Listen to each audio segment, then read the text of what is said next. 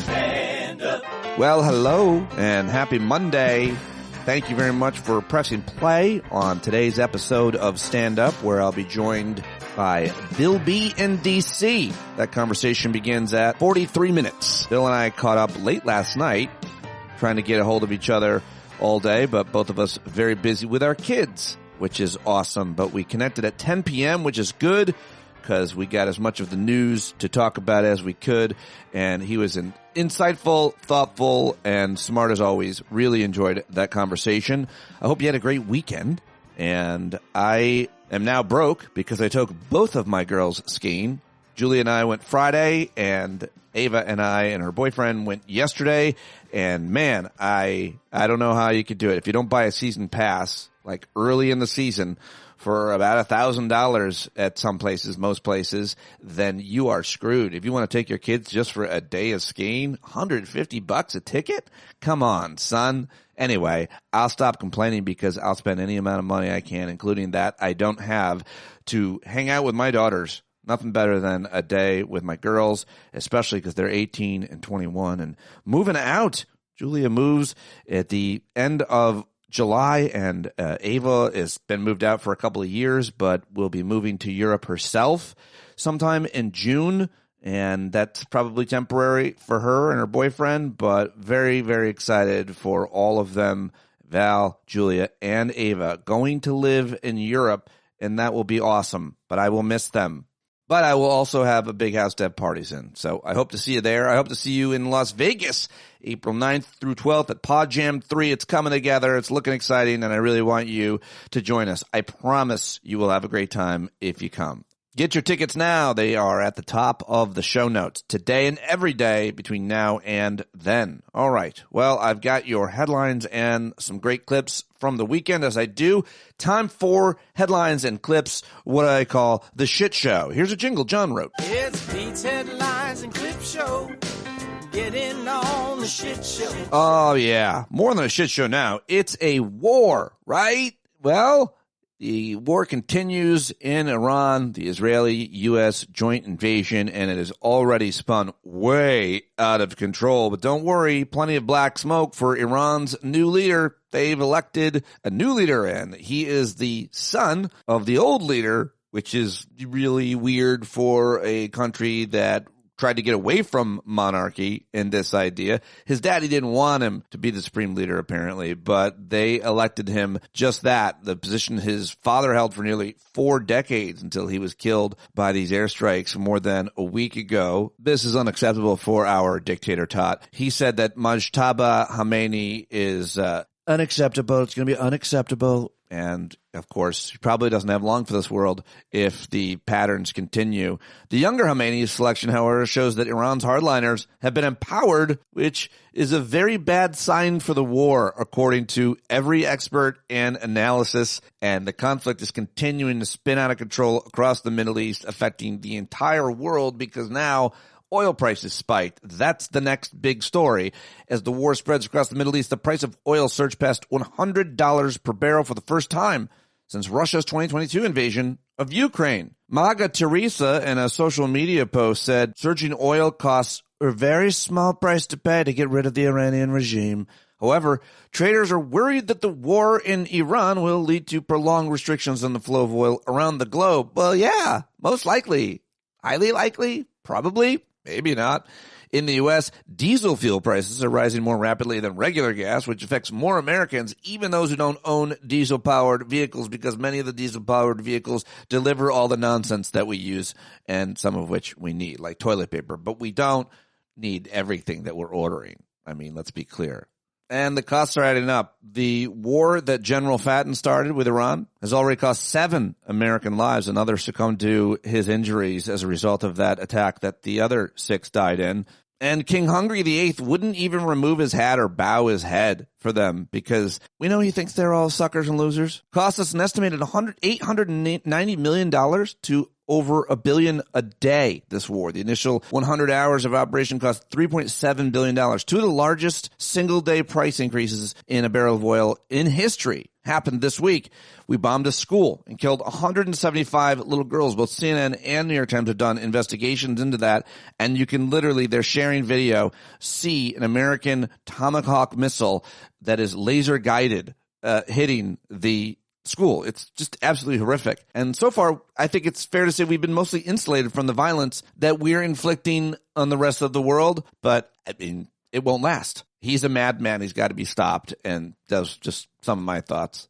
The only other thing I wanted to mention, an observation, was the kind of rhetoric and the way that people, specifically Pete Hegseth and Lindsey Graham, are talking. It's terrifying. So ignorant, so evil, and so embarrassing to hear from either one of them, of course. But Lady G was out there on cable news yesterday, particularly in this very weird interview that he had with Maria Bartiromo on Fox Business. He was giddy and unhinged and said, quote, "We're going to blow the hell out of these people. This regime is a death row now. It's going to be on its knees." And you know who else is on his knees from time to time? It's going to fail. And when it fails, we're going to have peace like no other time. And I'm going to get mine. I hope you get yours as well. And by mine, I mean a sweet, sweet biscuit that I'm going to bake up and put a pineapple on. We're going to have prosperity unlike anyone could ever imagine. Peace brings prosperity. You can't do it all by talking. I'll tell you that right now. You know who else tell you that, my friend? Julio. All right. Sorry. Some of that he actually said. Most of it he probably didn't. But he went on to threaten Cuba. He said, "If we can get in a fight, I want to win it quick. I'm in Miami right now. You see this hat? Free Cuba." Stay tuned. The liberation of Cuba is upon us. We're marching through the world. We're cleaning out the bad guys, and Cuba is next. He actually said that. That is a direct quote. The other one I did a little bit, I had some fun with when he said the regime is in a death row and it's going to be on its knees. But he said we're going to blow the hell out of these people. He said he would offer to blow them one by one, which I thought was shocking for him to say both publicly, and it just doesn't seem that efficient. Okay, well, I had to find somewhere to laugh. The U.S. apparently also struck a desalination plant, which services like 30 villages in Iran, and we've targeted refineries as well, like 30 oil refineries. And apparently the Israelis told the U.S. they were going to do this, target these oil refineries, but not specifically this many. So now the U.S. is very mad. We have our first rift, but this is also a great example of what we heard everybody from Aaron David Miller, Bill Boyle, everybody else we've talked about in between, that there's a tremendous amount of uncertainty. Things go wrong. You can't predict what is going to happen in a war. And when your partner bombs all these oil refineries, what does that mean for the price of oil, a barrel of oil? That's how it's measured. And by the way, it skyrocketed last night. The markets are going to be a shit show today because that's exactly what is happening right now. Even though the administration is dismissing it with reminders that can only find their parallel in how they handled COVID. Remember that? It's just going to go away. Well, Thomas Massey, Republican from Kentucky, said the price of gas has gone up 47 cents and the price of diesel gone up 83 cents in 10 days due to the war with Iran. And waging war costs American taxpayers about $1 billion per day, which comes out of $10 per family per day, or $100 since the war began. This isn't America first. Caroline Leavitt, the president's spokeswoman, said on Fox, with respect to what's happening with gas prices right now, this is a short-term disruption for the long-term gain of taking out the rogue Iranian terrorist regime. Who wanted that? Who thought that was worth it? And the Secretary of Energy, a guy named Chris Wright, was on CNN and was asked, when will gas prices go down? And he said, well, you never know exactly the time frame of this, but in the worst case, this is going to be like weeks, not a month thing. Douchebag. I've got audio for a couple of those coming up, but this is obviously a big deal. It's going to affect us directly every day, and we are going to have to talk about it. We're going to have to discuss it. We're going to have to stand up against it and do everything we can to stop it. Are you with me? I'm with you, and I appreciate having you here. A couple more headlines just to share from the weekend. A strange act of violence took place in New York City over the weekend. The FBI's Terrorism Task Force investigating violence from dueling protests outside New York Mayor Zohran Mamdani's residence on Saturday, involving a man hurling an improvised explosive device that did not detonate. An additional device was discovered in a nearby car the next day. The violence erupted during an anti-Islam protest organized by this piece of shit right-wing provocateur. It was dwarfed by more than 100 counter-protesters, apparently. Police said the explosive device that was thrown was capable of causing serious injury or death. Law enforcement sources told CNN that 2 men arrested in connection with the device admitted to being inspired by ISIS. So there you go. Well done. This far-right white supremacist loser, Jake Lang, who's got the most punchable face you could ever meet, he organized this Stop the Islamic Takeover of New York City protest with like 20 people. And the counter-protest was called Run the Nazis Out of New York City's Stand Against Hate group, and they had about 125 people in New York City. So I thought that was just a bizarre story that took place over the weekend, but a sign of our times as well. But more importantly, that guy Jake Lang has caused so many dramatic problems already. And he's got how has he not been arrested? What laws has he not broken that they could put him away for? Or do they love him? I don't know. I'm not going to read into it. I don't know that much about it, but that guy's on our map, and he's a real baddie. Let me just say that.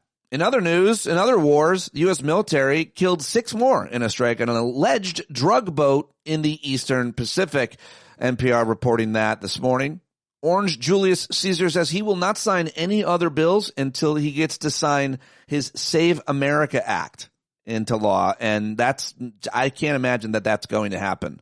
So we'll see. This is a big story to watch because the Save America Act is a very, very bad thing and would make voting harder for a lot of people, and everybody should know about it. I feel like you already do probably, but if you haven't heard about it, read about it and do everything we can to stop it. I think it passed out of the House, but I think it's dead in the Senate because of the Senate filibuster, but we're watching very closely day to day to see what happens with that bill. There wasn't enough bad news. California Department of Public Health is warning beachgoers with their pets of a bird flu. Watch out for the bird flu. There's a danger among marine mammals and birds. Don't say you were not warned. And it would be remiss of me, it would be malpractice, professional malpractice if I didn't mention the Trump Epstein files, and should be worth mentioning, reminding everybody, if you didn't know, the Justice Department has now produced FBI memos from 3 2019 interviews of women who accused both Jeffrey Epstein and Donald Trump of sexually assaulting her when she was a teenager in the 1980s, after reports that the Department of Justice may have purposely withheld them from public release as required. And the Charleston Post and Courier, which is a Pulitzer Prize winning newspaper, they have a new report out which examines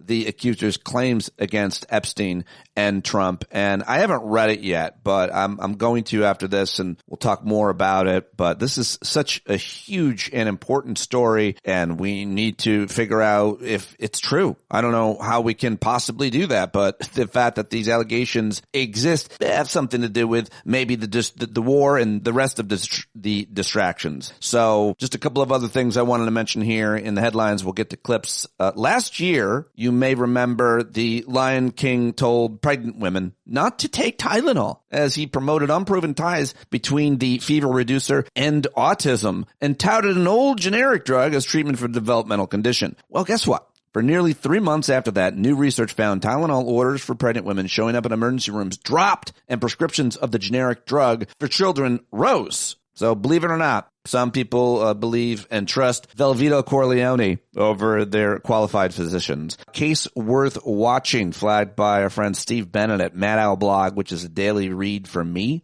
is a newly formed anti-corruption group has sued President Donald Trump and Attorney General Pam Bondi over the deal that sold TikTok's U.S. operation to a group of administration-backed investors. Surprise! So that's a very interesting case, and the suit filed by this new firm that seeks to increase the reputational cost of corruption in America also argues the deal violates a 2024 law meant to thwart Chinese propaganda.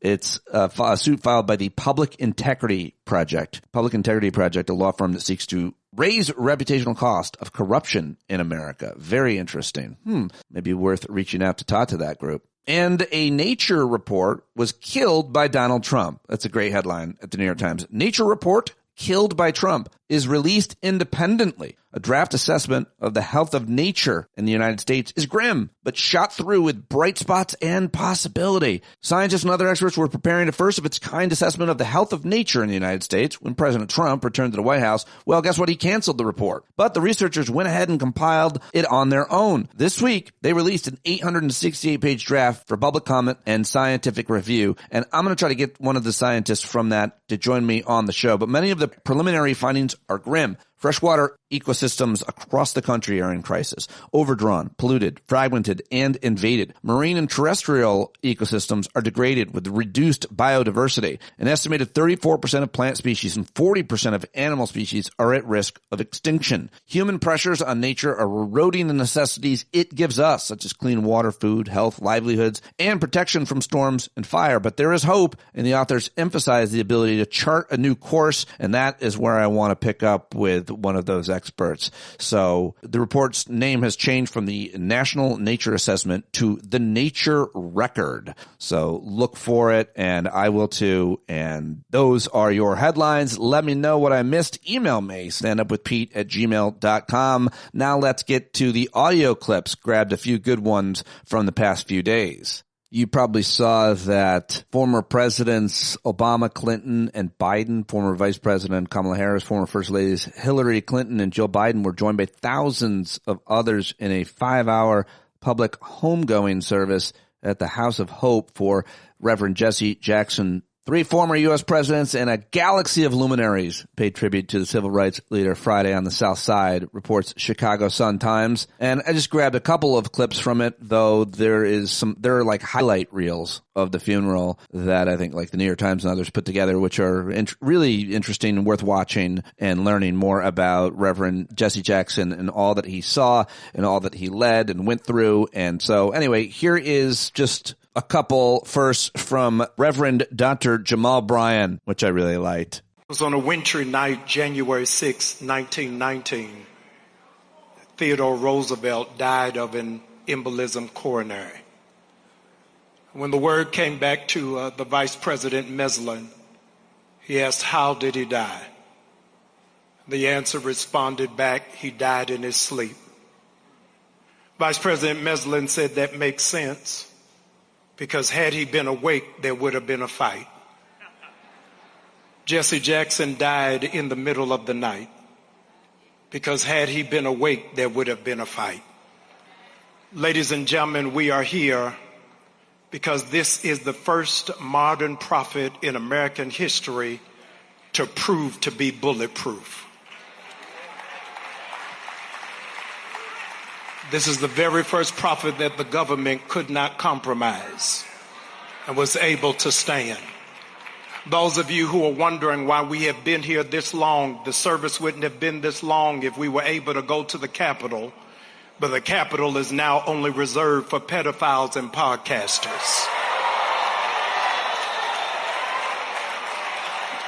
We're in a critical moment in history. A critical moment in history where it is that we have to figure out what are we fighting for and all that we're running for. Yeah. How about that? Reverend Dr. Jamal Bryan. I thought that was pretty powerful and ballsy and worth it. And you know this guy, right? We are living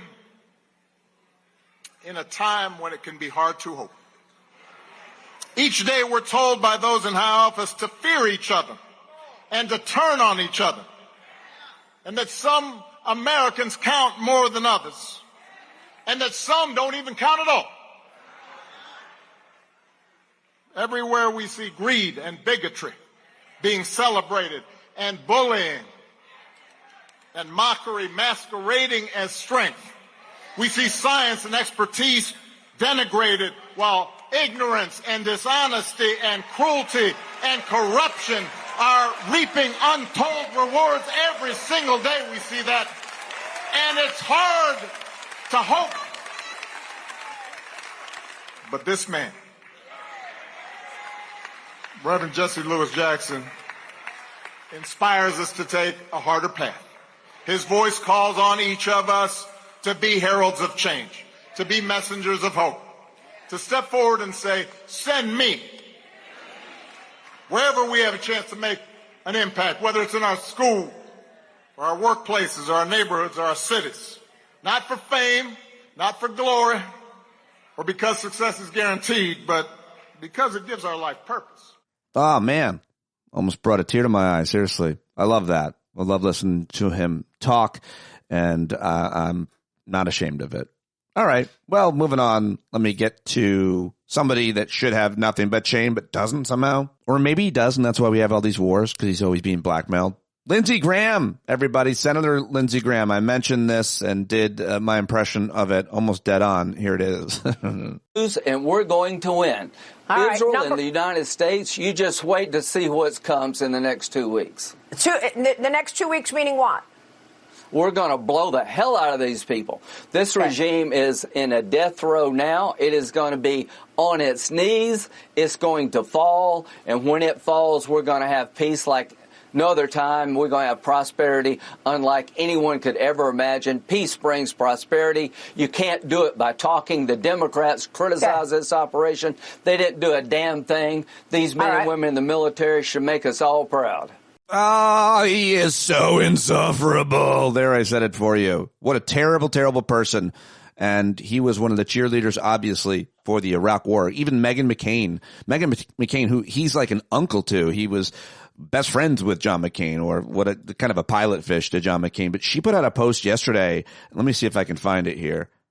After seeing that actual clip right there, she posted on, I think, Twitter. She wrote, I've known Lindsey Graham since I was a child. I'm imploring anyone who will listen in the Trump administration to stop sending this man out as a surrogate. He is scaring people and doing damage to whatever message you're trying to sell to the American public about the Iran war. Yeah. I guess who else is? The Secretary of War, Secretary of Defense. Can't believe it, but it's Fox News, former host, and now DUI hire Pete Hegseth. Listen to this asshole. I'll only allow him to talk for like 20 seconds. This is war. This is conflict. This is bringing your enemy to their knees. Now, whether they will have a ceremony in Tehran Square and surrender, that's up to them.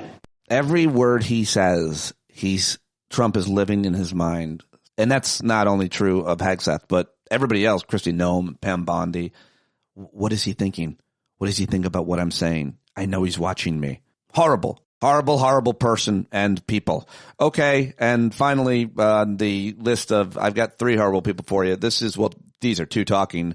Maria Bartiromo talking to Caroline Leavitt. Apparently, I hadn't seen this anywhere. Maybe it's going around MAGA moms, or maybe it's all moms. I don't know. But that there's some concern that there could be a draft. I'm actually not worried about a draft. I'm not worried about this government trying to force my daughters to join the military. Not only because they're dual citizens, luckily for them, and they could get out of it by denouncing their citizenship, I guess. I'm guessing. But they wouldn't go. I mean, who would go? Who would join this man's military? Even if there was like some kind of penalty of jail time. I can't imagine there being a draft is what I'm trying to say. But I'm glad that people are concerned. They should be. Yeah, and the president had an interesting exchange on Air Force One over the weekend, Carol. I want to get your take about this idea of troops on the ground. Mothers out there are worried that we're going to have a draft, that they're going to see their sons get in and daughters get involved in this. What do you want to say about the president's plans for troops on the ground? As we know, it's been largely an air campaign up until now.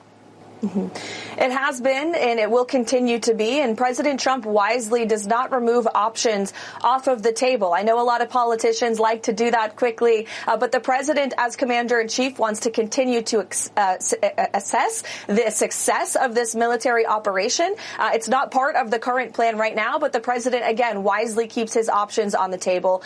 So, will there be a draft? What do you think? Okay, finally, in the clips of horror, I've got one from Fox News where they had to issue an apology for, quote, inadvertently playing the wrong clip of the president, but it would be impossible to do that by accident, is my guess. Before we move on, we want to acknowledge a mistake made earlier on our program. During our coverage of yesterday's dignified transfer, we inadvertently aired video from an older dignified transfer instead of the ceremony that took place yesterday. We deeply regret the error and extend our respect and condolences to the service members' families. We honor the sacrifice of those 6 American heroes. All right. Yeah, they played the wrong clip. They played the one where he had his hat off, not the one where he had his hat on that everybody was appalled by. Of course, it's also worth mentioning that after Charlie Kirk, the hate monger, was assassinated, General Patton ordered flags to be flown at half-mast. Remember that? Why hasn't he ordered the U.S. flags to be flown at half-mast after the death of 7 American service members in the war that he started? I think it's because our Ayatollah Khomeini hates those who get captured or killed. He thinks they're suckers and losers, and we know that he believes that. Wouldn't even take his fucking hat off. His dumb hat, the big white one with gold letters that say USA, that he's selling for $55. The grossest of gross human beings. Let's listen to Jake Tapper try to corner Senator Chris Murphy and not get away with it. The administration is reportedly weighing Congress to approve an additional $50 billion in funding for these operations. You have said you're a hell no, not just a no, on funding the war. We have seen this movie before. We know that that vote will be cast as, especially if you run for higher office, you voting against the troops. Oh, come on. I mean, the American people don't want this war. They don't want this war. They have seen what happens when American troops go into places like Iraq, places like Afghanistan. Ultimately, we get a lot of people killed. We waste a lot of dollars. The one thing the American people are clear about is that they do not want the United States dragged into another long-term war in the Middle East. If you support the troops, then you should be voting against funding this war so that we get our troops out of harm's way. Virtually nothing good happened from sending thousands of Americans to die inside Iraq in the 2000s. And if we don't learn that lesson, then shame on every single one of us. Indeed. Well answered. They're not going to do it. They're not going to get away with that again, saying that we're not patriots. We don't support the troops. By the way, you don't have to. We shouldn't support people bombing girls. It's not that hard. They should all quit. They should all not do this. Easy for me to say. I know. I'm sorry, but this is horrific what our military is now being ordered to do and what they are doing. And we can argue about it. But here is another Democrat. If they're going to do anything, they should listen to this guy, Congressman Bill Foster of Illinois' 14th District. It used the military to find the nuclear material that they do have. We'll talk about this later with Bill Boyle, but here's Congressman Bill Foster highlighting what should be the primary concern with Iran and what we have. What are you most concerned about? Well, the same thing I was concerned about after the strikes of last summer. That the only question here, if you're worried about Iranians' ability to put together a nuclear weapon on a short time scale, is where is their stockpile of 60% enriched uranium.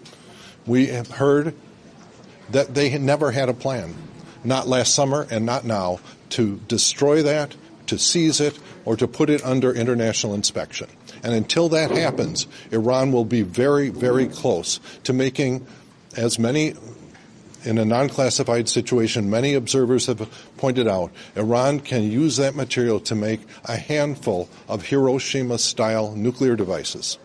Not the sort you can put on a missile, but the sort you can deliver by a number of other ways and are very hard to stop. So I was very disappointed that we did not see a plan to put that material under control or destroy it. All right. There you go. Thought that was very important and worth playing for you. Let's go back to CNN where Jake Tapper had the Secretary of Energy, Chris Wright, not a good guy, terribly corrupt guy, should not be in that job. And, well, here he is on CNN telling us it's only going to be a matter of weeks. Remember this. I would love to think that he's right. I don't think he is. The head of Gas Buddy's petroleum analysis told me a few days ago that 2 of the 10 largest single-day price increases in history happened this week. The price of oil jumped 36%, the largest one-week spike since 1983. President Trump told Reuters about gas prices, quote, if they rise, they rise. Is that really the message of the Trump administration to consumers who are already struggling? Oh, the Trump administration has been all in on lowering energy prices, and I would say quite successfully. We've seen a dramatic decline in gasoline prices and diesel prices. Soon you will see it in electricity prices as well. So Trump administration, in stark contrast to the Biden administration, his goal has been to lower energy prices. The Biden administration quite successful in raising energy prices. Gasoline today is still $1.50 a gallon cheaper than it was in the middle of the Biden administration.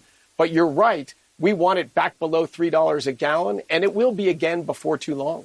Well, what do you mean by too long? How much longer? Look, you never know exactly the time frame of this, but in the worst case, this is a week's. This is not a month's thing.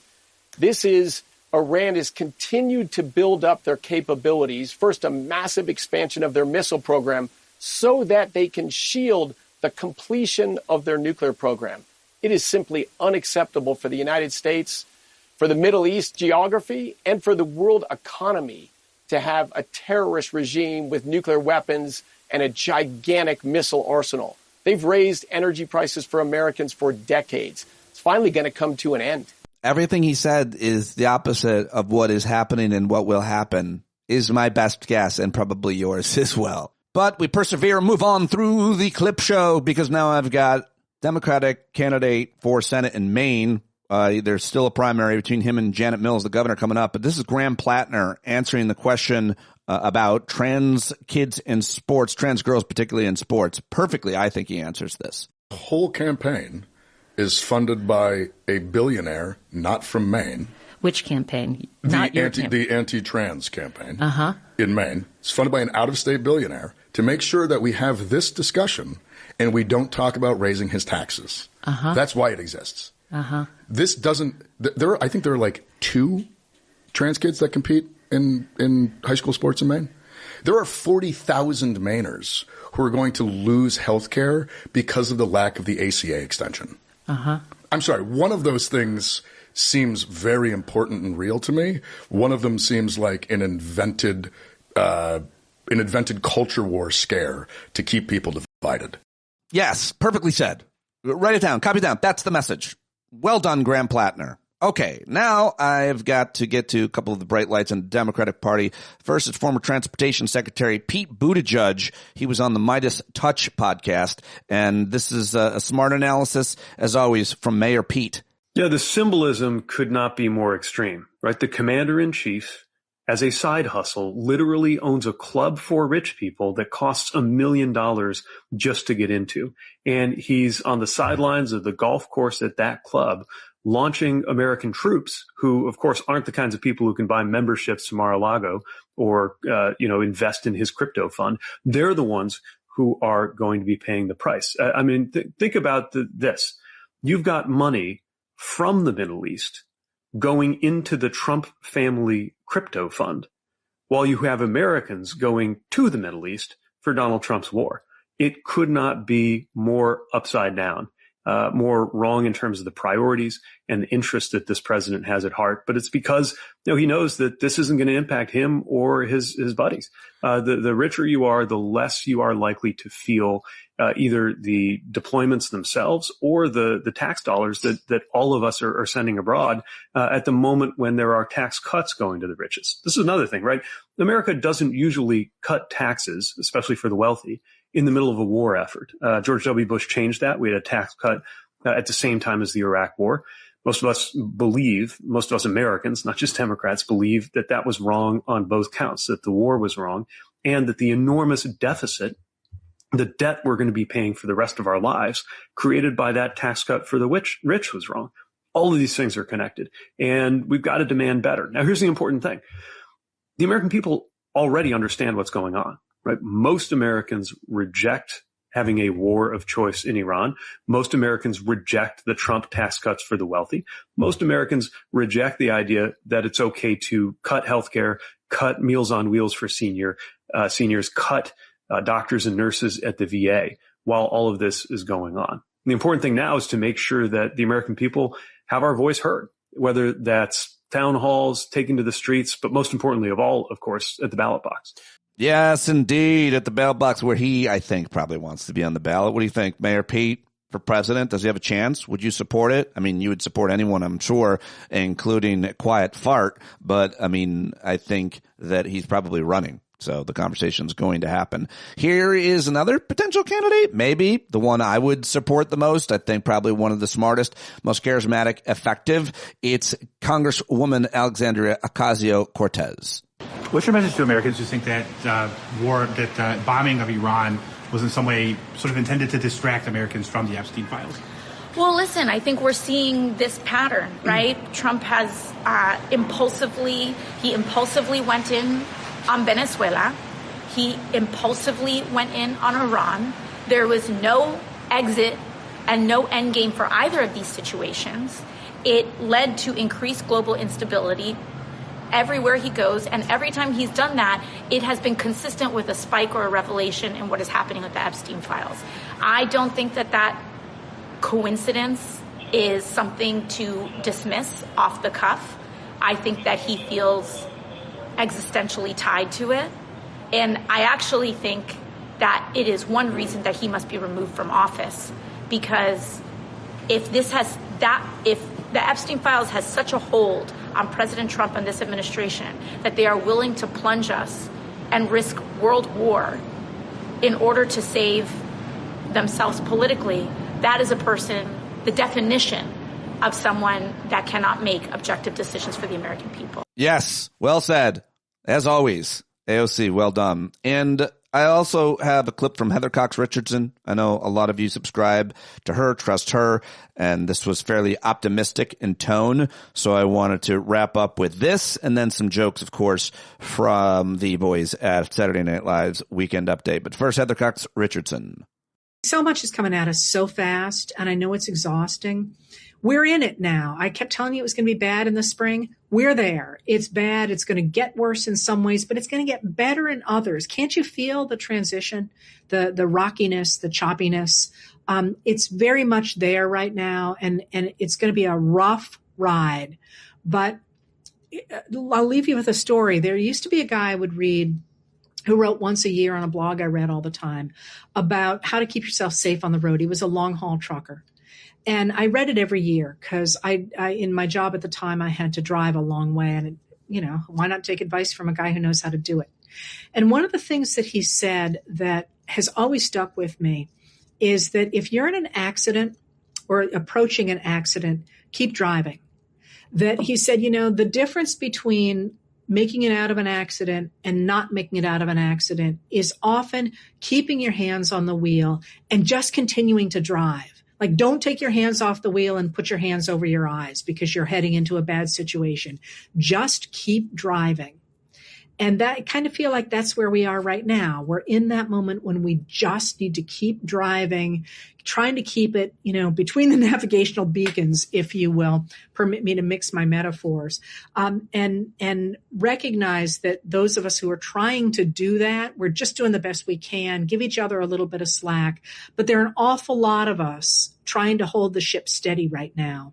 And more people every day. And if you can't feel it, look around you because you're going to see it everywhere. Going into this spring, as the weather warms up across the country, you're going to see more and more of that. So let's just keep driving through these rocky weeks and doing the best we can to keep the ship upright. Because for all the rockiness, there's a lot of hope on the horizon as well, with the extraordinarily high unpopularity levels of this president and of this administration, and with Americans waking up to recognize they really would like to live in a democracy and they really would like to be safe at home and to have control over their tax dollars, have a right to be treated equally before the law, and have a right to have a say in their government. And as they do that, that ship is going to get steadier and steadier going forward. So keep the faith, and I will see you again real soon. All right, keep the faith. I'll see you real soon. Okay, thank you, Heather Cox Richardson. And finally, let's get to some laughs from SNL's Weekend Situated this past Saturday night. Well, Homeland Security Secretary Kristi Noem has been fired. Wait, what? Why? I mean, name 1 to 20 things she did wrong. Was it calling the innocent guy they shot a domestic terrorist? Was it spending $220 million of taxpayer money on an ad campaign where she dressed up like Jessie from Toy Story? She's so happy riding the horse in this. I bet his name is Corey Lewandowski. You know, on some level, I feel bad for Kristi Noem. Imagine being singled out as the worst member of Trump's cabinet. That's like someone coming up to you at a party and saying, "We think you should leave. You're making Diddy uncomfortable." President Trump said he will reassign Kristi Noem to be special envoy for the Shield of the Americas, which is a brand new department located on a farm upstate. The CIA is reportedly working to arm local militias in Iran with the hopes that they will lead an uprising. Hey, worked great in Afghanistan. President Trump said that he should be involved in choosing Iran's next supreme leader. So congrats to new supreme leader Ayatollah Jared Kushner. The prediction market site Kalshi is being sued for failing to pay out $54 million to people who bet that the Ayatollah Khomeini would leave office before March 1st, because technically he never really left the office. Oh, a lot of Ayatollah fans here tonight. Wow. Donald Trump announced that he will attend the White House Correspondents' Dinner, which will be hosted by famous mind reader Oz Perlman. Big deal. Even I can read Trump's mind. Dementia. Officials in New Mexico are reopening investigations into the ranch that Jeffrey Epstein owned. And they should have known something was up when Epstein's ranch was all ponies. Really bumming them out there, Joseph. Health Secretary Robert F. Kennedy Jr., who is what happens if you leave Walton Goggins in an air fryer. That's fun. Said that he will challenge Dunkin' Donuts to prove that their sugary drinks are safe. You know what that means? A push-up contest with Ben Affleck. A rash has appeared on President Trump's neck, which is just above his collar. Apparently, someone accidentally washed his shirt in holy water.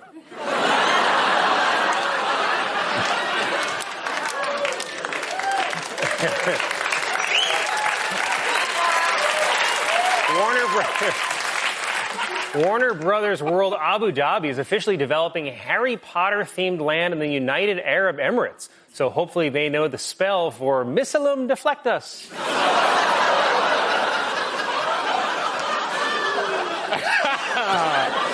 I love it. 2 employees at a Smoothie King in Michigan were reportedly fired after refusing to serve a smoothie to a man who was wearing a President Trump hoodie, which is crazy. I mean, what happened to being civil and just serving a smoothie with spit in it?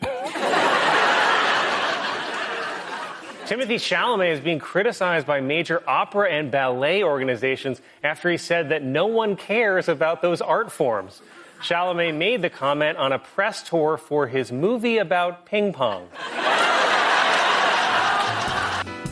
All right, there you go. I hope you enjoyed that as well as the headlines. Sorry I was a little late this morning, but I had a great weekend with my girls. I hope that you did as well. Late last night, I was able to catch up with Bill Boyle, who was spending the day with his son, and we had a great conversation. You can watch it live, although there's some real technical issues that I had to edit out. All on Bill's end, of course, because while he's not a professional media expert, he is better than most of the pundits and commentators and analysts out there. I mean, I really believe that. And it's not just me who believes that. I get emails from many of the people who listen to the show and I talk to regularly who I like and trust and respect their intellect, who are kind of thoughtful, patient, and mature, wise analysts of life and culture and history and politics. And I think that's best describes our friend Bill Boyle as a businessman in Washington, D.C. You should follow him on Blue Sky. Bill B. in D.C., former caller to the show, impressed us so much we made him a guest here in this iteration, the podcast Stand Up. And I always love when he joins us. Let's do it right now with Bill Boyle. Thanks for joining me. Great to have you. Thanks for having me, buddy. Someone in the chat that's already watching live said, I always appreciate Bill's insights on this insane fucking war of choice. As an aside, most of the guys I served with back from 04 to 08 fucking hate this. And that's a good place to start because, as you know, I'm in touch with a lot of veterans who served in Iraq and Afghanistan. You are as well. I don't know any of them that think this is a good idea. And it's just a really interesting kind of cohort to be asking because they served not long ago in Iraq, and we know how that went very, very badly for us. Your thoughts on friends to Iranian IEDs, and they still think it's a fucking terrible idea to fight with Iran.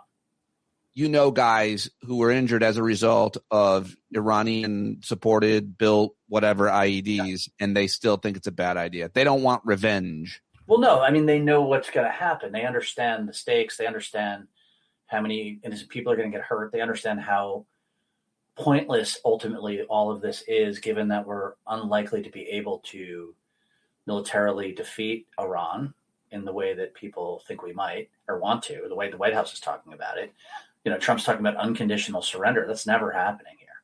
It's never happening here. You're fighting a war with totally undefined, stupid goals. The goals they have are stupid. The strategic outcomes they want are undefined or redefined every other day. There's nothing worse. Like, wars are serious business. And really bad things typically happen no matter whether you win or not. And to go into a war like this, just kind of on a winging it, fuck it, let's go, is just unbelievably bad. And if you lost friends to a war, like, you know what it means. And it's freaking awful. So it's a really, really bad situation. And sadly, it was a war of choice and completely predictable. There's so much about life that's unpredictable, and obviously about foreign policy, geopolitics, and war that's completely uncertain. And yet we could have 100% predicted, or very close to it, that there was going to be an issue with transporting oil through the Strait of Hormuz.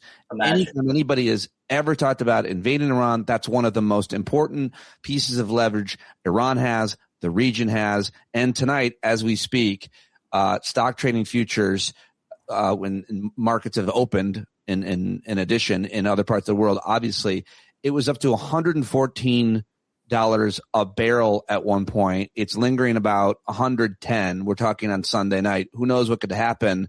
People are already seeing that affect gas prices. I mean, talk about predictability. That certainly was one. Yeah, tell me more. Of course. I mean, more than half of the world's crude oil goes to the Straits of Hormuz. Also, a lot of the refining capacity for the crude oil that goes through, I mean, all of it comes from there too. Like, this isn't just the Straits of Malacca. It's not just a choke point. It's also with all of these refineries in northern Saudi Arabia and Bahrain, et cetera, are within easy range of an Iranian Shahed. So you're not just shutting down the Strait of Hormuz, you're potentially damaging equipment. And by the way, you're forcing the equipment to be turned off. Kuwait has already done their force majeure statement. Bahrain, other countries are doing that. And what I mean by that, the oil contracts have a force majeure provision. Force majeure meaning something's happened that's out of our control, and we can turn off our oil production until that exogenous event ends. Force majeure in this case is the Americans were fucking crazy enough to do this. Things are being bombed, our refineries are being hit, tankers can't go in and out, et cetera, et cetera. And so we're invoking force majeure that we can't deliver the oil contracts that we've signed with people. That means they shut down these refineries. They shut down the processes. And for those of you who paid attention when I went on an endless, mind-numbingly boring detail about the Russian oil industry a couple of years ago with you, when you shut these refineries down, it's not like you flip a switch and they turn off. Like, it's this whole incredibly difficult process to turn them off. Then it's another process to turn them back on again. And in turning these refineries off, they don't just sit in a solid state. They start to deteriorate. And so it's quite possible that it takes you a week or two to turn these refineries off.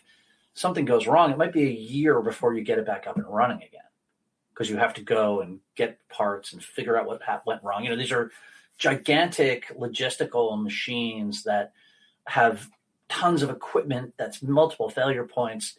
And that's not even saying that, the odd Shahed lands and blows up on part of it. So it's not just there's a switch that turned off the Strait of Hormuz and cut off the world from half of its oil. It's that the production equipment's going to get affected for an undefined and maybe long period of time. There's really, this is close to Iran. This is not stuff that we can move. There's no way to, change the core strategic dynamic here. So we're in a situation where, Iran can fuck with the world's oil supply for a really long time, and it doesn't take a lot. I talked to a friend of mine who say that we can defend the oil fields, right? Well, then the Iranians can switch and say, okay, we're just going to go for the tankers. And a friend of mine is a shipping insurer. He runs a large shipping insurance company that does tankers. And he said, I'm telling you right now, for shipping insurance, the safety of the crew is paramount. That is number one. And in this case, there's no way to guarantee the safety of these crews, even if the U.S. military is going up and down the Strait of Hormuz. So he's like, this makes it uninsurable. There's a state of war, whether the U.S. admits it or not, and it makes getting these tankers through there uninsurable. And guess what you're going to do? You got to, whatever, I don't even know how much tankers cost. $200 million, say? Well, let's say it's $75 million. Are you going to push that tanker through there if you can't insure it? Of course you're not. Right. So this is going to be shut off for the foreseeable future. We're at 114, 111. Right now, I was at a kid's birthday party with my son, coming home, glancing at my phone, and it was text messages and Twitter and Blue Sky, people going like, holy fuck, the markets have really... Well, markets are going to be slapola tomorrow. And they've already, the South Korean market has already had a automatic shutdown because it had so much negative volume. This is not, and again, this isn't just us. A lot of China's oil comes from there. A lot of Japan's oil comes from there. These are the places that build the products that we buy, right? This is the lubricant for the world's economy. There's so much that we can talk about as it just around the metric, the detail around what this war of choice is now going to do to the cost of the price of barrel of oil and all the ripple effect that has all over the world and how it makes 30% oil, gasoline prices in the U.S. as of Friday had already gone up 34%. So the two largest single day price increases in history happened this week. Yeah. There's so much more to talk about just in terms of the energy cost and what that means. But I also, can't help but think about the overall cost of this war in dollars for Americans. I posted this earlier. Right on. What did you say? $1 billion a day? $1 billion a day, at least. So when someone says it's $1 billion a day, that's their narrow accounting of it. The initial 100 hours of operations apparently cost roughly $3.7 billion. It's cost an estimated $890 million to over $1 billion per day, according to CNN. We bombed a school and killed 170 little girls. 7 Americans have died. At least 10 Israelis have died. There's a war in southern Lebanon. Yep. And I think the most important part of this to me, or the most dramatic part, who was it I heard? Emma Vigeland say this on Sam Cedars' Majority Report. We're so insulated from the violence that we're inflicting on the rest of the world. And my just addition to that is, for now, it won't last. I mean, he's a madman and he has to be stopped. Are you there, Bill? I am there. Yeah. Can you hear me? Yeah, your camera went off. My camera's doing weird things, but I can still hear you, so I'll just keep going. Go ahead. The economic costs are going to permeate everything. But, think about what we're heading into. We're heading into the summer, which is when Americans drive the most. So let's just take that one slice. Like say gasoline prices go up another 20%. So everybody's paying $5 a gallon for gas. That $5 per gallon will mean people travel less. There'll be less tourism. People will be shopping less for things. They won't go on vacations they would have normally gone on, right? Like it's just going to be more and more of this. And by the way, Pete, is this okay to do, or do you want me to come back and go back on and off? Or what do you mean? Because your camera's off? Yeah, my computer's doing something weird, so it's turned off my display, including my camera. But I can come off and come back on again real quick if you want to do that.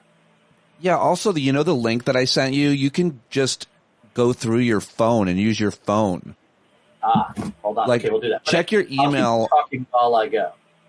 So, and then I'll turn the computer off as soon as I get through. Yeah, if you can do that, that's multitasking. I'll be impressed. So it's going to affect everything all the way down to how many hot dogs are sold on the Coney Island, boardwalk this summer. It's going to affect, what people buy for their kids for school in the fall, right? Like it's going to be a thorough, energy permeates everything, right? So, it's going to be in everything, and it's going to be terrible. It's going to be awful. And I think that by the way, we can talk. Hold on. All right, try again. Give me 1 sec. Okay, how's that? Oh, that's great. Perfect. Okay, let me try to make this bigger. So what's that? The Energy Secretary, his name is Chris Wright, Secretary of Energy. He's obviously a piece of shit. He was on CNN with Jay Tapper today, and he said this is only going to be a few weeks of high prices of gas. And, of course, Trump himself said if the price of gas goes up, it goes up. That's one quote of his. Yeah, I mean, these guys, by the way, I was going to go into the deets on sort of the military operation and what they're planning to do. And we should probably touch upon that because it's going to matter quite a bit for later on. But, I mean, what these guys are, they're acting as if there's no politics that apply here at all, right? They're like, oil prices, gas prices are going up. Whatever, man. That's what Americans expect to happen in a war. Right. They're like, and think about, I was going back and forth with Tom Nichols and Jamel Bowie and some other people today about this. They already have an utterly outraged population about immigration. People are already super pissed off about inflation. People already are unhappy about the long-running and never going away Epstein saga, right? And they decided in their hubris and insanity, you know what? We really need a land war in Asia. That'll sort shit out. So people are going to go into the fall with high gas prices on top of all of that, everything more expensive. It's just none of this is ever going to get better while these guys are in the White House. And it's really kind of insane. Can I just say one thing about that? And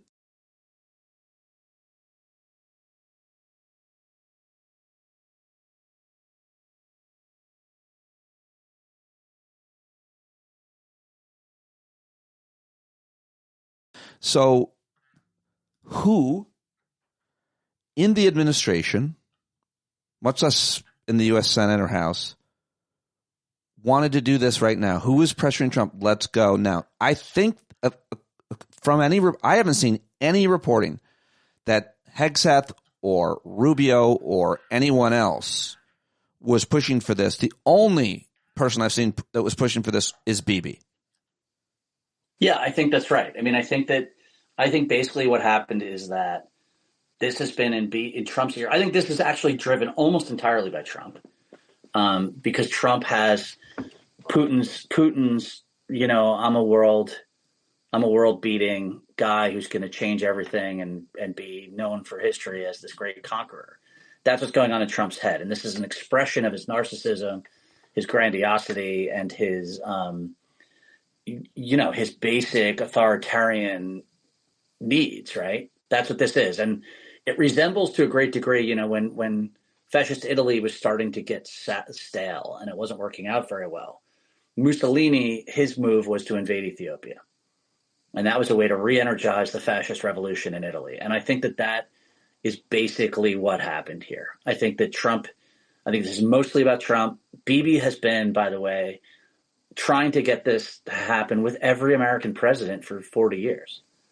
So this is not, what Bibi's doing is not new at all. The only difference for Israel is their capability is much better than it was. And they found an American president crazy enough to fucking go along with it. So Bibi's not a new thing. That's been there. That's been happening. But what you have is this is about Trump. This is all about Trump and his insanity, his sort of I want to be, I want them to put my face in, etched on the moon so you see it, once a month and in full, right? I mean, it's just absolutely insane, grandiose. I don't even know what the word is I'm looking for. Stalin and Hitler level nuttiness is what we're looking at. Because there's no strategic thinking behind this at all. Right. That's what I was going to say. It's way worse than Stalin and Hitler because they had ambitions to take more land and be imperialistic, but it was also very strategic. And we know, I guess there's similarities in that they had early successes and then went for more. And obviously we know how it ended. But this is mostly just a fucking madman who's not nearly as smart as Hitler or Stalin, but definitely as evil. I'm gonna go ahead and decide. By the way, just real quick, when they met the American flag draped coffins being returned, and Trump didn't take his hat off or bow his head, that's something. That surprises you or not? Suckers and losers. Yeah, no, of course. He's thinking, why the fuck do I have to be here on a Sunday afternoon, right, or a Saturday afternoon? That's who he is. I mean, this is about Trump, and I think anyone who tries to get more complicated than that is doing everyone a disservice. This is about Trump and Trump trying to inscribe his name on history. And by the way, remember, like one of the only times that he sounded like he really was being honest talking about this, he was like, "It's going to be just like Venezuela, and we're gonna get the oil, and we're gonna have somebody in there control things." Like Trump thinks he's setting up like franchises of the Trump organization in other countries. That's what he thought he set up in Venezuela, and is pissed off now that imagine the Chavista number 2 is bucking at the reins, right?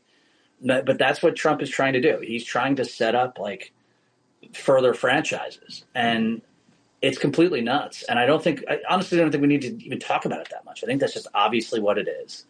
And I don't think there's much analysis. How do you analyze a freaking maniac, right? Like there's not much to go on there other than someone's weird and insane narcissism. How about this question from the chat? And I was going to ask you this, someone in the chat asking about Russia and its interest. How does this impact them? And I saw just a headline earlier that Russia and China are going to help Iran, if not already. So Russia, people are talking that 3 THAAD batteries, I think Patriot batteries, in the Persian Gulf got hit and destroyed by the Iranians. That's a lot. And these are highly protected things. And I think it's pretty clear that the Russians probably gave that targeting information to the Iranians to hit those. And I think that it's obvious the Russians are giving them targeting information, which Trump, by the way, doesn't want anyone talking about. And that's all well and good, right? Like that sucks for us. But Russia is losing again and unable to defend again another big ally that they imagined was, an arm of Russia Inc. overseas. Venezuela just getting totally slapped down. Iran is just getting pounded. The U.S. Trump's talking about Cuba, right? Like we're running, or Syria is another one. Like Russia is running out of overseas imperial posts and can't do anything about it. So obviously in Russia, that ain't fucking popular for the kind of people who support Putin. On the other side of it, it's going to raise oil prices. And so whatever oil Russia can manage to get out is going to be worth a lot more money. And so it certainly helps them financially to a degree. The Treasury Secretary today said something like they might relieve lift sanctions on Russian oil, and I assume I just saw a headline. I was skiing all day with my daughters, but I assume it's as a way to balance the market out that's right. But it also tells you how little they give a shit about Ukraine. Right. Like they obviously don't care at all. Well, spending $1 billion a day on this war also shows you how much they give a little shit about Ukraine. Like we could have spent $1 billion a day on that war and bled Russia dry. That's right. And there's another layer to this too, that the West is now having to ask Ukraine for help. The Ukrainians are sending people to the Middle East as we speak to help the Gulf state, not the West so much, but the Gulf oil states are asking the Ukrainians to send them, anti-drone equipment and operators to help them defend the oil fields. That's a big fucking boon for the Ukrainians because these Gulf states can give Ukraine a lot of money, a lot of access to banking, and they have arms sitting around they're probably never going to use. Like so I would say overall it's a mixed thing for Russia. I think it's mixed. It's not great. It's not terrible. I do think Russia is steadily losing at this point. And we'll just have to see how that plays out. The least important, but arguably most interesting or impactful issue is how it affects domestic politics. So far, I'm not sure. I mean, I heard Trump say basically today, this is the most MAGA thing in the world, this Iran war. Obviously, it's not. He campaigned against war. What are your thoughts on domestic politics so far? So if you look back at what these guys were talking about doing, right, or what they're talking about doing now, they're talking about seizing Karga Island, which is this crucial island that sits right off of Iran. And the idea is that they will hold this island and they'll put ground troops in and hold this island, and that will be our way to control Iran's oil industry and therefore control Iran. Except that, of course, that island is like a couple miles off the Iranian coast, and the Iranians can just literally launch shahed after shahed after shahed at American troops there. That's their one option, that we commit ground troops and we try to hold strategic places in order to defeat the Iranian government and force them to sue or whatever. Their other option is to pull out.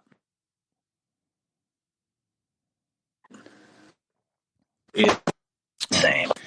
Because it will be Taco Trump on steroids. And it'll be yet again, you jumped into this war and did something stupid, and now you have to back down. And Paulie, now, there's a very simple thing we're saying in news broke tonight, that there's a new supreme leader. If they ended war now, if they pull out now, all they would have done, the takeaway could be, you killed 175 little girls and the supreme leader, and you replaced the supreme leader with his son, who's arguably worse, which everybody could have fucking seen coming. And you fucked up the world economy, and you caused Americans to pay more for gas. And, it's, the sort of weird, pointless, totally fucked up things that Trump does. This is yet another version of that, right? So, I don't think, and here's the third option, right? The third option would be Trump somehow magically pulls a rabbit out of his hat, and the Iranians give in and become a shining democracy that gives us 10% of all their oil revenue. How likely do we think the third option is? Not fucking likely, right? I just can't possibly see how that would happen with the current regime still in charge, and no reason to think they won't be. That's right. And so I think politically what this all means for the United States is that the very, very highest likelihood is that this is a fucking debacle that has economic effects and military effects that go all the way through November. And I think that it really pins down Trump's popularity where it is now or lower. I think that it freezes a lot of debate, right? Where Trump, the Republicans want to make a discussion about, Democrats are for trans kids. And for your Democrat, you can be like, okay, whatever, this trans bullshit. But, the president just got 200 Marines killed on Karga Island. For what? Right? You're paying $5 a gallon for gas. Do you really want to talk about trans kids when you're paying that much for Well, gas? your boy Graham Plattner has the new talking point on that, by the way. What's his talking point? I didn't see it yet. He had an amazing answer to some interviewer asked him about it, and he basically said, this is such a dumb question, and the only reason it's being asked is because some billionaire funds a campaign to get people like you to ask that question, to insert that question in the conversation when the rest of us care about the cost of healthcare, the cost of of gas. Right. And he just keeps naming off things like 2 trans kids that might play sports. That's because some out-of-state billionaire is funding a campaign to create a culture war issue that does not exist. There's 2 kids. It was a really good answer, and I'll play it. I played it if you're listening on the podcast later on, not live, but it was great. Yeah, I mean, I have my problems with that guy, pretty significant ones, but that's absolutely the right way to say it.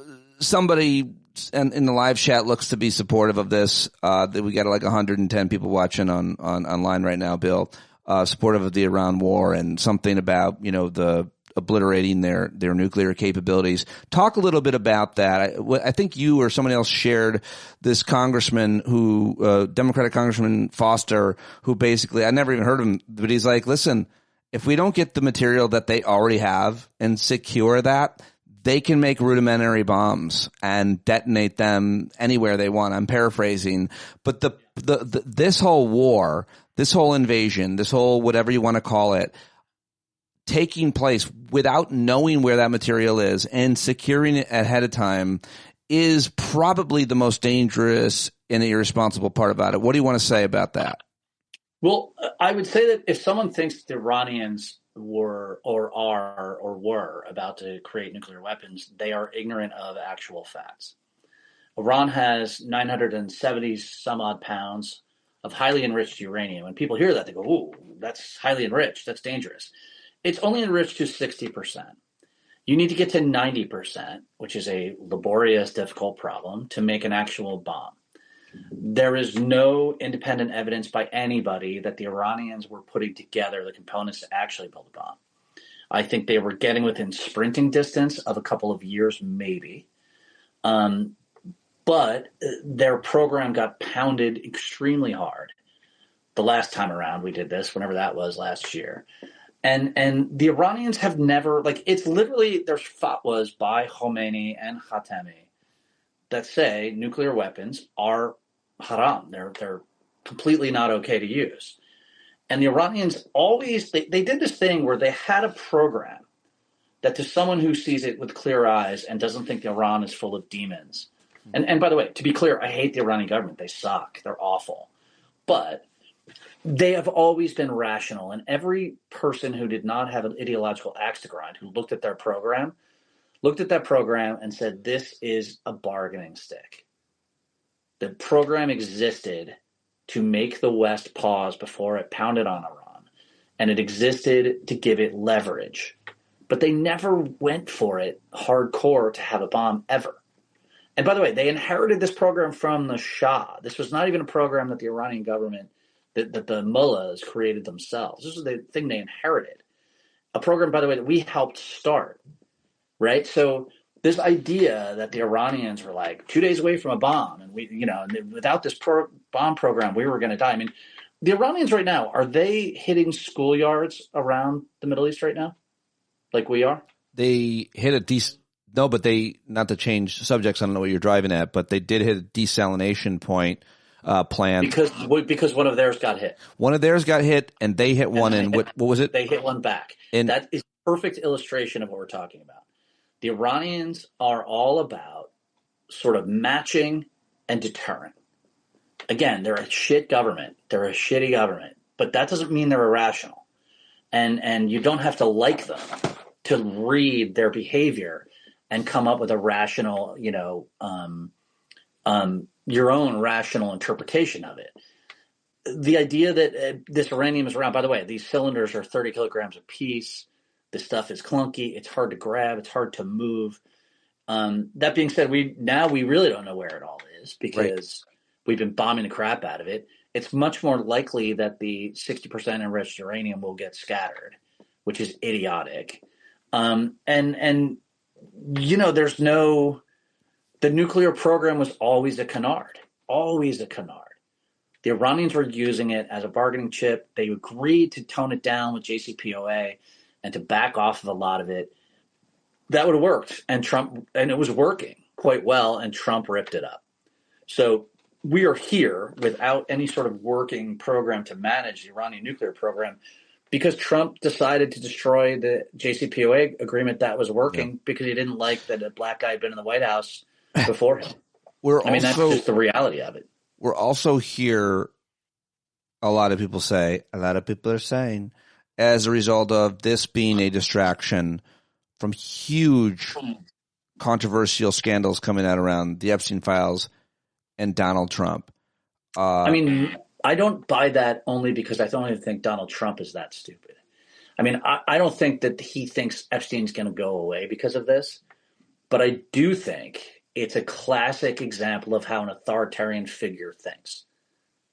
Like, I'm going to show everybody how strong I am by going and kicking the shit out of Iran. And that will probably help me with the people, the silent majority that's out there. But do I really think he thinks Epstein's going away? No, I don't buy that. You know what I haven't seen is international reaction to America and Israel doing this. Oh, I think that, so the European governments do not like the Iranians. The Iranians have done terrorist acts in Europe. They've done stupid and fucked up things around the world. No one's going to cry over that government falling. But it's not falling, right? Like a worse guy, it's not going to. That's my point. So the Europeans are going to kind of sit back and let this all go by.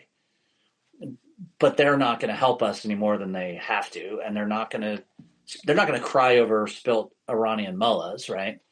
But they're also not ecstatic this is happening under his stretch.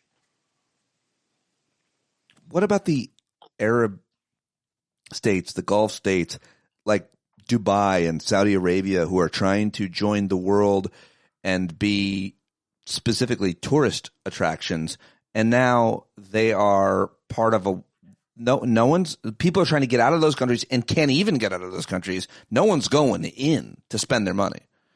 Well, here's the thing. I don't know if no one's going there. I just said that how finance bros could really use some training in geography, right? Like, you live in the Burj Al Arab right across from Iran in one of the most volatile geopolitical spots in the world.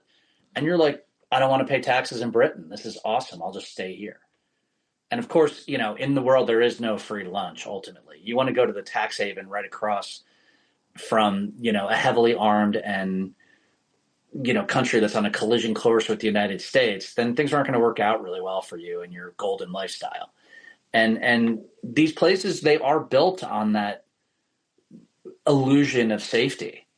And that illusion, I think, is being punctured quite dramatically. And by the way, it's being punctured quite dramatically where Iran is showing a certain amount of restraint towards them. Which I think really should, if I were there, I'd be finding some other tax haven to live in, frankly. Did you share Rothkopf's piece? No, Rothkopf shared my thing. Oh, what? Well, kind of both ways. I quote shared it, I guess, because I put a quote on it from a guy named Gramsci, an Italian. And the quote is, when the old order is dead and the new order is struggling to become, there are the monsters. Yeah, okay. To that effect. That was when Rothkopf then retweeted that. Wow, that's great. I wasn't necessarily referring to that, but he had written a piece, something about, I haven't read it, about how bad this is and how much. Yeah. Can you speak to that piece at all? I'm going to try to talk to him this week, but did you? I didn't. To be honest with you, skimmed it very quickly. Okay. And not get into it. But basically, Rothkopf is saying pretty much the same things I'm saying. That we've been talking about. It's a strategic nullity. It's a gigantic mistake. It's going to lead to all kinds of problems. And I think ultimately it kills Trump.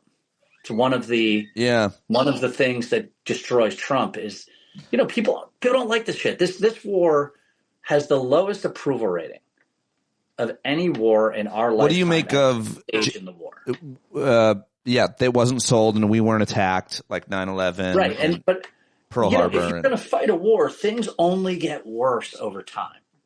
Public opinion only goes downhill.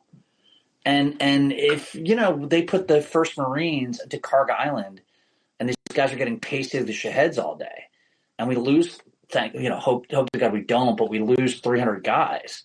Where do you think opinion's going to be about that war then? Right? Like it's going to be 20% overnight and that'll be it. It'll be only the MAGA dead enders that are into it. So yeah, it's a pretty freaking bad place to start a war. And, we have a bad economy and we have, political unrest in the country. We have inflation. We have the Epstein files, everything else. This is just a recipe to destroy an administration. There is some guy in the live chat that is disagreeing with a lot, but he doesn't sound like an insane loser, but he said it's not a war, it's a strategic engagement. Let's just be clear. Oh, Jesus fucking Christ. Pete Hegseth called it a war. Donald Trump called it a war. My favorite, that gigantic intellect from Oklahoma, Mark Wayne Mullen. Yeah. Came out and said it's not a war. And the reporter was like, you just called it a war like 3 sentences ago. Yeah. He was like, oh, yeah. That okay. reporter's name is Lisa Desjardins, and she works at NPR. Yeah, if people want to quibble over the, whether, maybe it's like, how could I say this? If we're not shooting people in the Champagne region of France, then it's only a bubbling conflict, maybe. Right? Like, give me a fucking break. Like, we're bombing the shit out of a country. We're shooting their people. We're using submarines to sink their unarmed the guy is the worst. He's so triggering. He goes, semantics. Oh, yeah, tell that to the 100. I think semantics is exactly what saying it's not actually a war is. Right. The definition of semantics is exactly that sort of pettifogging bullshit. You shared this, and I want to see if I can be tech savvy enough to share this. Yeah. Okay. Here it is. The administration is reportedly weighing Congress to approve an additional $50 billion in funding for these operations. You have said you're a hell no, not just a no, on funding the war. We have seen this movie before. We know that vote will be cast as, especially if you run for higher office, you voting against the troops. Oh, come on. I mean, the American people don't want this war. They don't want this war. They have seen what happens when American troops go into places like Iraq, places like Afghanistan. Ultimately, we get a lot of people killed. We waste a lot of dollars. The one thing the American people are clear about is that they do not want the United States dragged into another long-term war in the Middle East. If you support the troops, then you should be voting against funding this war so that we get our troops out of harm's way. About is that they do not want. All right. So, Bill, what do you say about that? Because we've seen that show before. If you don't support this war, you don't support the troops, you're not a patriot. I think the only thing wrong with Chris Murphy's answer was that he did not say, go fuck yourself, Jake, at the beginning of it. and the reason I say that is that, Tapper and a lot of these guys at CNN made their careers on the wars in Afghanistan and Iraq. And so these guys just they can't even tell the difference between public interest and their own media interest at all. The idea that, like, if you don't give this money to a war that Congress hasn't approved, are Americans going to blame you? Like, it is so fucking stupid. And I like to try to give sort of like a nuanced, read on things. I'm sorry, there's nothing nuanced about that. That is just a media guy who made his career and made a lot of his money covering wars. And he kind of thinks it would suck if the war didn't continue because it would hurt his career. You just burgeoned your image. And that's it. You just brandished your image here on the show with your answer to the only thing wrong with Chris Murphy's response is that he didn't say, fuck off, Jake. Fuck you, Jake. Listen, Bill, love talking to you. Hate to give you compliments because I don't want to blow up your ego. That's what people say to me all the time. But I love talking to you. I stayed up late to talk to you. I love your perspective. I appreciate it. If people are watching, listening, Bill B in D.C. on the blue sky, he doesn't have the ambition to be a media magnet like me. That's just why we like him. He's just here to share his point of view based on all of the information that he takes in and his smart historical references, etc. I will take you any way we can get you, even with the technical issues. Thanks for being here tonight.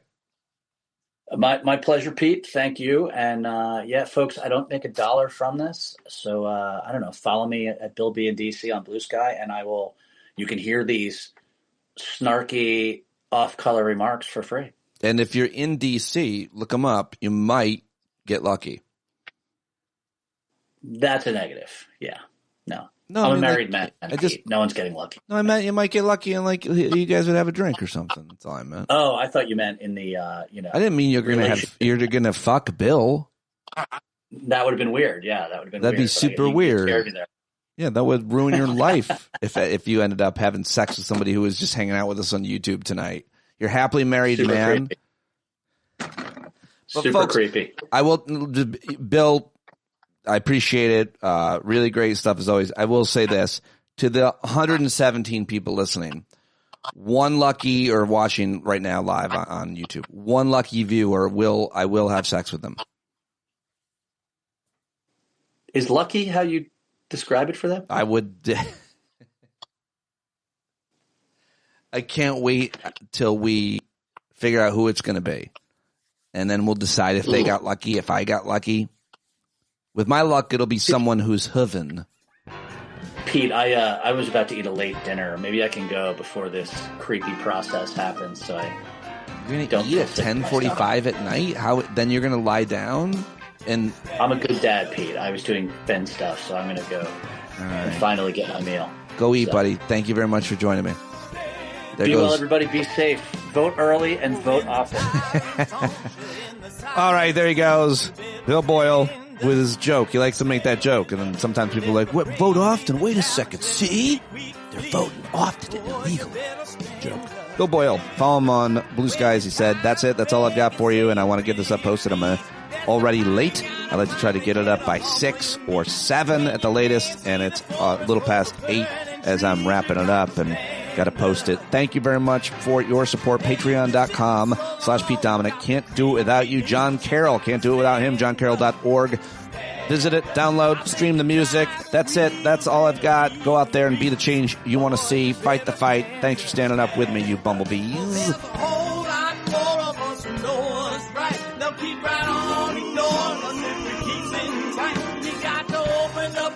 To let in some light, you gotta stand up. That's right. We got to rise up. You got to stand up. You gotta stare the devil straight in the eye. We got to let him know it's his turn to go. See it clear when all you hear is a lie. So get up off of your butt, get down off of your fence. Even if it ain't a very friendly audience, so they'll begin to listen when you start making sense and you stand up, stand up. No need to point your rifle to defend your town, just stand up, stand up. You know they can't deny you what you're laying down. Boy, you better stand up, stand up. Show your face of every color, yellow, black, red, and brown. She's the place where every lost child will finally be found. There's only one thing to do before we stand our ground, and that's stand up, stand up. Well, the founding fathers saw a land for all. They had to stand up, they had to stand up. They had a keen imagination for a crystal ball, drawing all the plans of a stand up. But all they had to go on was the time they were in, with other causes for laws, and since they weren't even sin, they knew that change was gonna come before the change could begin. They had to stand up. All right, they had to stand up. We got to stand up. We got to look the devil square in the eye. We gotta let him know it's his time to go, and make it clear when all we hear is a lie. Why you lying awake wondering where the money all went? It'll be the cost of freedom that'll go unspent. You can see him flee the scene of that experiment if you stand up.